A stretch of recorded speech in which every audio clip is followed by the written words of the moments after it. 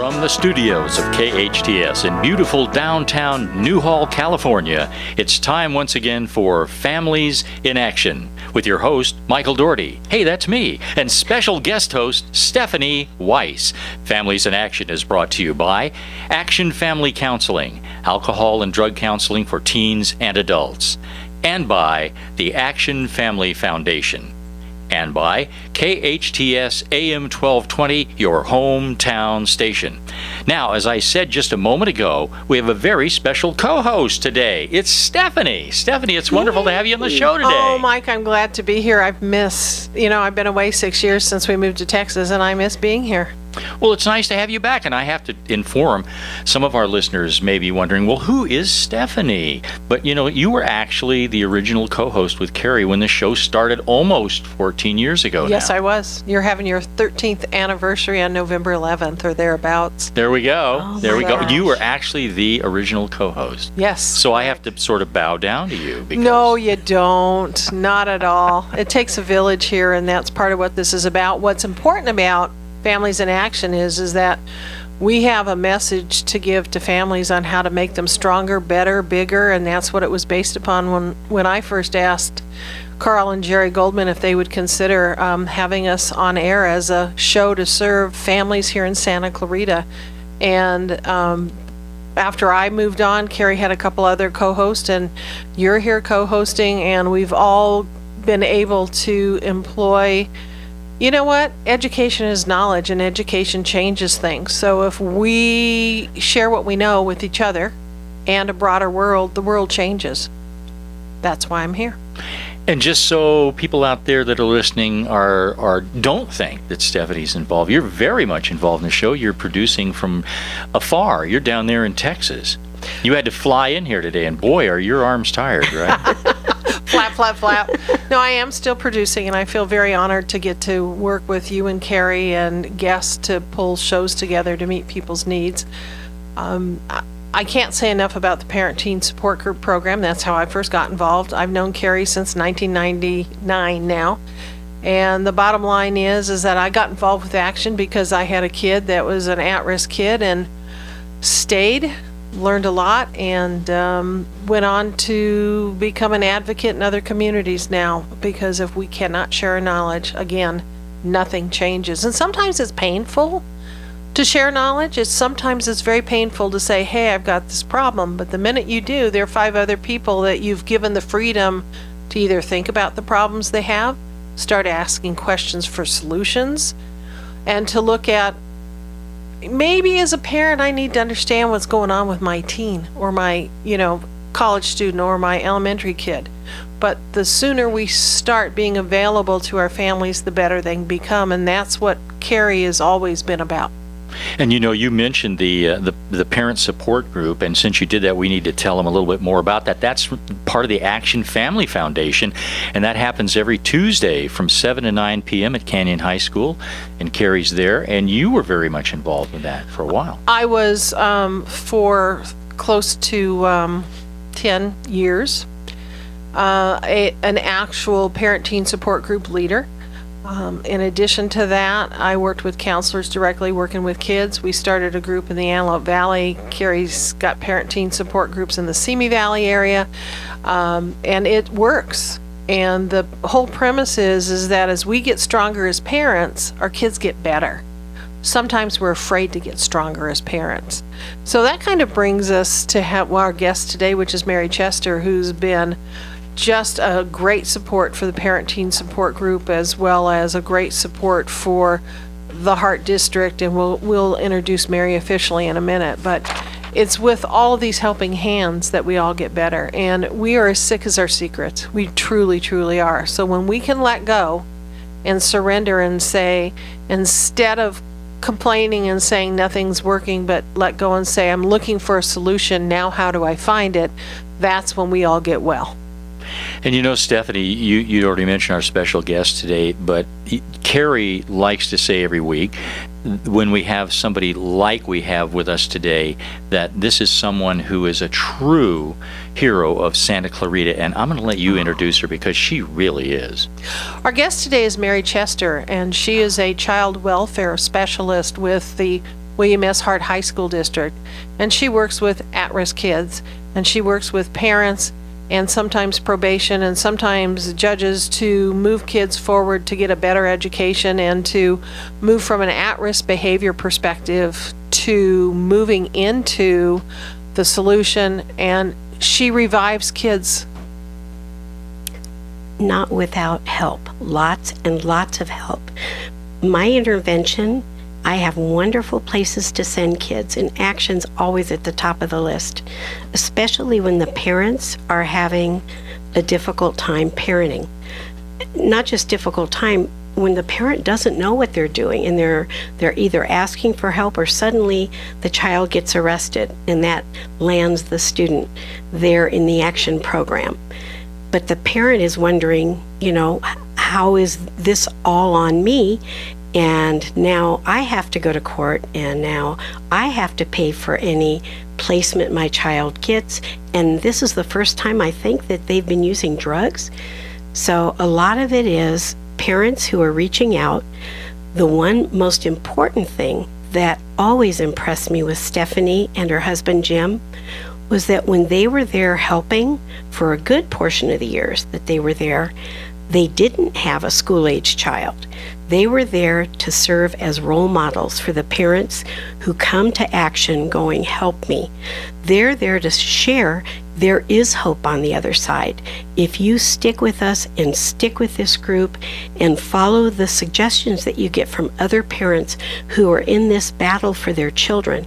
And that's what it is. It's not a battle with your child. It's a battle for your child. You're trying to save your child's life. And it can be lost. That's the part that really concerns me with the suicides, with the accidental, the overdosing that's going on. It's becoming an epidemic. And marijuana, kids are hearing now, marijuana's not the same. Well, that makes me sound 90 years old. What they don't realize is how much it's not the same. It is not the same. And there's dangerous stuff that's going, that savia weed that they're mixing into marijuana. We're losing kids. And the one thing we've started to notice in the School Attendance Review Board is that the kids are not recovering once they're sober. They're doing damage to their brains. The short-term memory goes. And what's real sad is when you look at a child, you say, keep going, keep getting sober, but this may not get better. Mary, you are an amazing fountain of information. I have to tell you that. It and just the school keeps district is so running. lucky to have you there. No, but before we get into much more with you, I've got a couple of action items and some other things that I want to do. But you know what? I wanted to ask you a question. Now, you may have heard me talking to Stephanie about this earlier, so you may know the answer already. But we talk about this every week. Every 19 minutes in this country, someone dies from a drug overdose. That's so sad. And that works out to 3 people during this show. 3 people will lose their life to a drug overdose during this show. Isn't that sad? It's tragic, and it was shocking when I heard Cary announce that at the last drug prevention presentation that was up at the Santa Clarita Activity Center. I was shocked. I heard the statistic initially about 19 people, but at the end of all of the interesting, individuals who shared what they knew, shared what their path was in their battle and their success, fortunately, for him to stand and say, by the way, 3 people dead. That's such a sad fact. Oh my gosh. Now, I have a couple of action items, Stephanie, but before I get to those, I just wanted to mention one thing. We have one announcement, and this is the SCV Drug Take-Back. These are such a fantastic idea. You really have to get involved in this. If you've got drugs in your medicine cabinet, let's say they're prescriptions that you had you're no longer using. And most people do. Right, or maybe they're in your garage or something, because we know people do that as well, throw them in a bag or a box in the garage. Well, you're going to be able to turn in your unused or expired medication And write this down. Saturday, October 22nd, from 10 a.m. to 2 p.m. This will be at Henry Mayo Newhall Hospital. And this is so easy. You just pull up to the front of the hospital. There's no questions asked. You're just going to drop off the drugs or put them in a special box, and the DEA and the police take them to a special place to dispose of them. And this is sponsored by KHTS AM 1220. This is a wonderful thing they do. And the last drug take-back that we did, we had a wonderful community response. It was excellent. I was surprised to hear that it's not a good idea to flush them down the toilet. No, bad for the fishies and the Very, environment. very You don't want to bad. do that. Bring them to the hospital. Now, Mary, and also Stephanie, you may very well have seen this in the news over the weekend, because this was pretty amazing. It actually went onto social media, and the police department that was responsible for that actually did that on purpose because they wanted to bring attention to what's going on. And we talk about what's been happening with drugs, and we have literally an epidemic. But listen to this story. A police department in Ohio has shared on Facebook disturbing photos of a man and woman passed out in a car with a toddler in the back seat after the pair had allegedly overdosed on heroin. Officials say they decided to make the photos public to raise awareness of the heroin epidemic in their state, which happened to be Ohio, and also to try to deter people from using drugs while having children in their care. Addiction to opioids such as heroin, morphine, fentanyl, and codeine in the U.S. has reached the proportions of a full-scale epidemic. Now, this is what happened. This was in East Liverpool, Ohio. A police officer was driving at around 3:11 p.m. This was on Thursday, and he spotted a dark Ford Explorer with West Virginia plates that was driving erratically before screeching to a stop near a school bus that was dropping off children. Now, according to the arrest report that was shared on Facebook, this is what was happening. When the officer approached the vehicle, he noticed that the driver, identified as a 47-year-old James Acord, appeared intoxicated. His head was bobbing back and forth, and his speech was almost unintelligible, so they were having a hard time figuring out what was going on. He managed to tell the officer that he was driving 50-year-old Rhonda Pasek to a hospital. That was a lady in the seat next to him. She was already slumped over in the passenger seat and passed out. And, by the way, she was turning blue. So, according to police, he then, Acord, made an attempt to drive away, but at that moment the officer reached into the car and pulled the keys out of the ignition, and that's when the officer noticed the 4-year-old in the back seat. Paramedics were summoned to the scene. They administered Narcan, a drug used to counteract the effects of heroin overdose, to both Pasek and Acord by this time had also passed out as well. So Acord was later charged with operating a vehicle while intoxicated, endangering children, and slowing or stopping in a road. I think that charge was actually eventually dropped. Before you go on to the next action item, let me just address that a quick second and say this. They stopped them. They brought them back to life with Narcan. There's going to be an intervention so that that kid that they have, that child that they have, gets help with another family or gets taken off to social services or gets taken care of. But one of the things that I think is really important for us to all think about when these things happen is that life doesn't work without a further intervention and without a plan. So somewhere along the line, there needs to be a plan for that family to get clean and sober, to pull their life back together, to get gainful employment, and to ultimately, hopefully, be healthy enough to get their child back. And so oftentimes when we hear stories like that, it ends at Narcan brought them back, but we're hoping that somewhere along the line there's somebody in the stream of folks that they deal with will provide a measure of recovery programs for them or direct them to a recovery program, because it doesn't work without a plan. That's a fact. And they'll just go back to doing what they were doing, even though they know that it was horrible, but still that addiction is going to pull them in. But it's no different than what, Mary does, and we'll talk about this in a little bit, that she provides plans for families to get better, healthier, and stronger. And if I have learned one thing, and only one thing, working with Action, and it's been many, let me tell you, that I've learned, life is all about the plan. And when we sit in our own resistance or unwillingness to look at the situation Or judgment. we don't understand, or we're not willing to look at a plan. So the plan is crucial to what happens. Oh, that's a very, very important point. Stephanie, the next action file is actually an FDA warns of fatal risks from mixing opioids and sedatives. Now, this came from the Associated Press. Health officials are warning doctors and patients about the potentially fatal consequences of mixing prescription painkillers and popular sedatives like Valium, Xanax, which can lead to breathing problems, coma, and even death.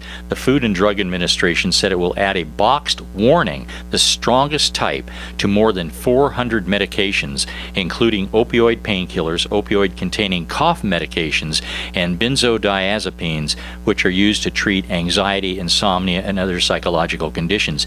Painkillers and sedatives are among the most commonly prescribed medications in the U.S., but both drug types slow users' heart rates and breathing, which can lead to dangerous drug interactions. So it's double jeopardy. It is.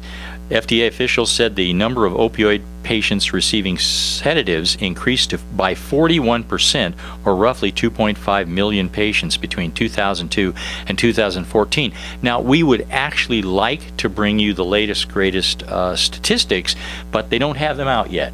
So we can only imagine with this epidemic that we're involved in that they have increased substantially. And then the other thing to think about there, Mike, is that somebody who's already using heroin and buying that from a drug dealer is ultimately going to be buying their Xanax or some of those other sedatives from either the same drug dealer or another drug dealer without knowing and understanding that they've got a fatal cocktail there. A very fatal cocktail, and in many cases, as we've discovered by reading some of the other action files that we've had, the drug dealers aren't even certain what they're giving out. We remember the case in Sacramento where they thought they were giving out the narco tablets, and they turned out to be fentanyl, and people dropped dead from using them. We don't want to go there. Let's talk to Mary Chester. Let's get off of this for a while here. Hello, Mary. Hello, Mike. Save us from drugs here, will you? And once again, Stephanie, let's introduce Mary and what she does. Mary works for the William S. Hart High School District. She's got 30 years experience working with at-risk teens.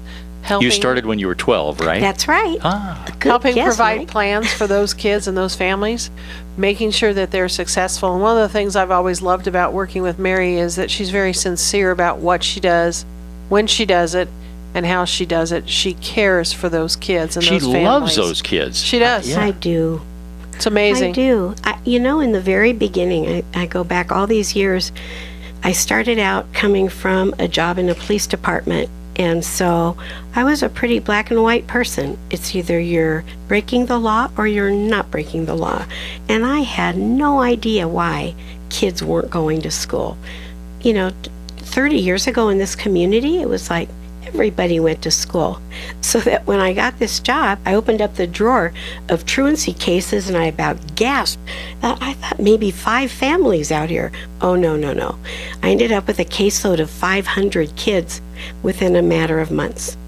So why are kids not going to school, Mary? They've got a lot of reasons in the very beginning, and that's why coming to the School Attendance Review Board, you have to have exhausted everything at the school level before you send a case to SARB, S-A-R-B, School Attendance Review Board, because those things can be remedied. If there's a kid just had, I just wanted to leave with my friend to go to lunch and we decided not to come back, there's that truancy. But the truancy where a child is truant all the time and the parent says, nope, I don't know where they were, and then you find out that child was home caring for that drunk parent who had just gotten home, and she was going to get her 2 siblings dressed and up and off to elementary school so that they didn't have to miss out on school. That was one of my very first cases, and it was a shocker. It was such a huge eye-opener because I had no idea that that was going on out here. And now the most shocking thing is homelessness. We have families that some of them have been faking it pretty well, and I prefer not to say homeless because it's an offensive term. It almost implies failure. I believe in residency challenged. You are residence challenged, and when I'm talking with a parent, we feel so much more comfortable saying, so your residence challenge, so are a lot of people, let's keep working on this together. because of this community, I don't know if the people in Santa Clarita realize how grateful they should be to be in a community like this. If I stepped 1 foot out of the district and said, help, can somebody help me with a child who's using, or there's no food, I mean, within seconds. This community, after this fire, I had no idea of the people who donated gift cards to the supermarkets and brought them to the schools, so that if anybody knew of any family that was struggling to feed their family, this community provides. Wow, that was great. It's amazing, and I've been very fortunate. It's made my job so much easier. So I'm not the one fixing the child. There are tremendous supports out here in therapy and drug treatment, lots of different things that we can do to help parents where we send them for the children, tutoring, lots of support. But when it comes down to it, for the bare-boned, I need help, it's here. Mary, tell me what defines an at-risk kid, because when you're at Parent Teen Support Group program, there are a lot of parents who come because the court has either told them they had to come, the school district has told them they had to come. Some parents come willingly, and so that Parent Teen Support Group, Action Parent Teen, deals with teen anger, defiance, rebellion, a number of issues, including drugs and alcohol. It's not just drugs and alcohol. And the bottom line is a lot of those parents are in denial when they get there. Oh, absolutely. They're in denial after the child admits they're using and the parent argues with them. I had one meeting. I have to interrupt you because No they've problem. given us that sign. I know, this is one of the things we have to put up with. We need to take a break, and we're No going to be problem. right back with more Families in Action with Mary Chester and Stephanie Weiss right after these messages.